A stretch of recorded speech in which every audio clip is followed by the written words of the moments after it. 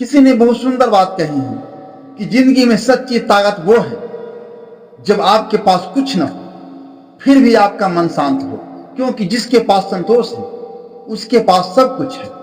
नमस्कार दोस्तों, मैं हूं श्याम गुरु और आज मैं आपको एक ऐसी प्रेरणात्मक कहानी सुनाने जा रहा हूं जो न केवल आपका मन को छू लेगी बल्कि जीवन के सच से आपका परिचय कराएगी। बहुत समय पहले हिमालय के नीचे एक छोटा सा गांव था। यहाँ के लोग मेहनती थे लेकिन जीवन साधारण था। इस गांव में एक साधु महात्मा रहते, नाम था स्वामी आनंदानंद।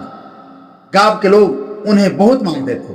उनका पहनावा साधारण, चेहरा तेजस्वी और बोलने का अंदाज बेहद शांत था।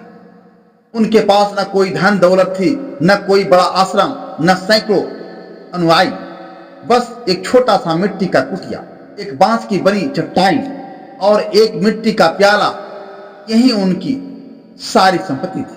लेकिन उसके पास कुछ ऐसा था जो बहुत कम लोग के पास होता था, पूर्ण संतोष और भीतर की स्थिरता।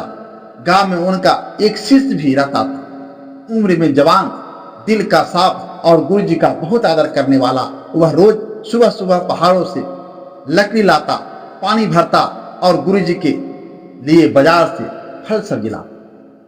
एक दिन दोपहर का समय था, सूरज तेज था, हवा गर्म थी। शिष्य गांव के बाजार से फल और अनाज लेकर लौट रहा था। जैसे ही उसने कुटिया के पास पहुंचने के लिए मोड़ लिया, उसका दिल जोर जोर से धड़कने लगा। दूर से उसने देखा गुरुजी की कुटिया से काले धुएं का ग्वार उठ रहा है। आग बहुत तेजी से जल रही थी और गांव के कुछ लोग पास खड़े थे, लेकिन कोई आग पर काबू नहीं पा रहा था। शिष्य ने सब कुछ नीचे रखा और दौड़ पड़ा। गुरुजी की कुटिया जल रही है। उसके मन में डर, बेचैनी और उदासी सब एक साथ उमड़ उठ पड़ी।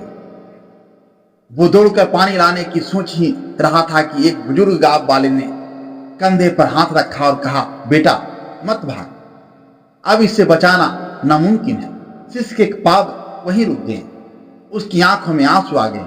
वे वही कुटिया है जिसमें मैंने पहली बार आश्रय पाया था, जहां गुरुजी ने मुझे जीने का अर्थ सिखाया था। अब ये राख हो जाएगी। आंखों में आंसू लिए वो गुरुजी को खोजने निकला।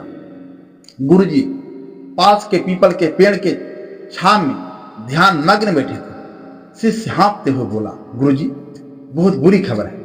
गुरुजी ने धीरे से आंखें खोली, शांत स्वर में बोले, क्या हुआ बेटा? गुरुजी आपकी कुटिया में आग लग गई और सब कुछ बचाना संभव नहीं। गांव वाले भी वहां आ गए। सबको लगा कि गुरुजी यह सुनकर घबरा जाएंगे, उदास हो जाएंगे, लेकिन आश्चर्य की बात था, गुरुजी के चेहरे पर जरा भी चिंता नहीं थी। उन्होंने धीरे से मुस्कुराते हुए कहा, अच्छा हुआ बेटा, अब बारिश में पानी टपकने की चिंता नहीं रही। ये सुनकर वहां मौजूद लोग एक दूसरे को देखने लगे। ये क्या कह रहे हैं? घर जल रहा है और ये कह रहे हैं अच्छा हुआ। शिष्य ने हिम्मत जुटाई और पूछा, गुरुजी क्या आपको इस घर से कोई लगाव नहीं था? गुरुजी बोले, बेटा लगाव होगा तो दुख भी होगा। ये कुटिया मेरे जीवन का साधन थी, मेरा जीवन नहीं। आग ने घर जलाया है, मुझे नहीं। शिष्य ने फिर पूछा, लेकिन अब आप कहां रहेंगे? गुरुजी ने आसमान की ओर इशारा किया, दोनों हाथ फैलाए और बोले, जिसने अब तक मुझे हर रात तारे और चांद दिखाए हैं, वही अब मुझे छत देगा। गांव वाले यह सुनकर चुप हो गए। उनकी आंखें में एक अजीब सी चमक था, जैसे किसी ने उसकी सोच को हिला दिया। कुछ देर बाद जब आग पूरी तरह से कुटिया को राख में बदल चुकी थी, गुरुजी उसी चटाई पर बैठ गए। उन्होंने मिट्टी का प्याला उठाया, पानी पिया और ऐसे बैठे जैसे कुछ हुआ ही नहीं था। उनका चेहरा वैसा ही शांत था जैसे सुबह की ठंडी हवा। दोस्तों, इस घटना ने गांव के हर व्यक्ति को सिखा दिया कि दुख, नुकसान या परेशानी हमें चीजों से नहीं बल्कि उन चीजों से जुड़े लगाव से होती हैं। जिस दिन हम उस आसक्ति को छोड़ देंगे उस दिन जीवन के हर तूफान में ही हम शांत रह सकेंगे। मैं फिर से एक बार वही कहना चाहता हूं कि मेहनत को पूजा और ईश्वर को साथी बना लो, फिर दुनिया तुम्हारे नाम से नहीं तुम्हारे रास्ते से पहचाने। हर सुबह 5:30 बजे मेरे साथ सुनिए एक नई कहानी।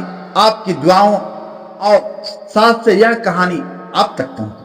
प्रभु आपके जीवन में भी ऐसी ही पवित्रता और आनंद भर दे। धन्यवाद।